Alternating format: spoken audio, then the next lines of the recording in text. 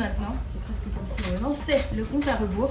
On se donne rendez-vous dans 60 jours pile pour la 174e édition.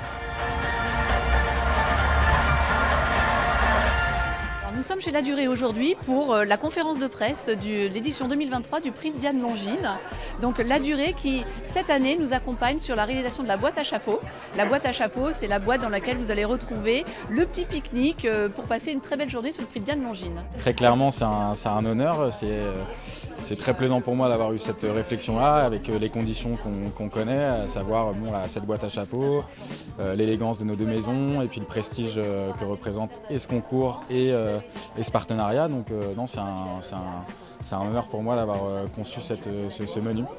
Alors, il faut savoir que j'ai pensé le menu en janvier mais qu'il fallait se projeter en juin. Donc la première des choses, c'est sourcer des bons produits et en corrélation avec la saison à laquelle aura lieu l'événement. La deuxième chose, c'est évidemment le format, c'est-à-dire un pique-nique chic, servi froid, avec voilà, ces conditions-là d'une exigence et d'une régularité dans l'exécution.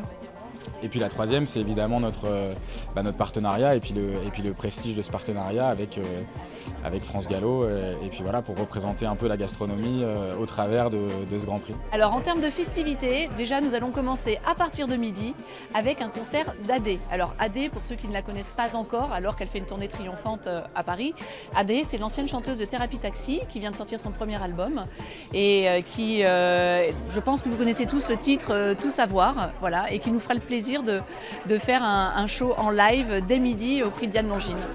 Alors un point important aussi dans les courses, c'est en tout cas sur cette journée du prix Diane Longine, c'est que de toute façon vous avez la promesse de vibrer. C'est-à-dire qu'on connaisse les courses, qu'on ne connaisse pas les courses, vous vous faites embarquer en fait par cette ambiance, par tous les passionnés des courses.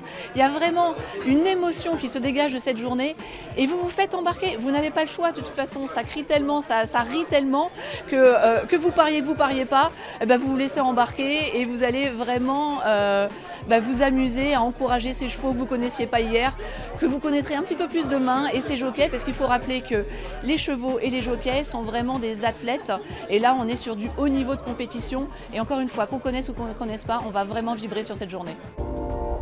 C'est fabuleux, je peux pas venir en poche. C'était un moment extraordinaire l'année dernière de voir pour la première fois une femme jockey gagner le prix Diane Longine. Donc c'est une compétition effectivement réservée aux pouliches de 3 ans.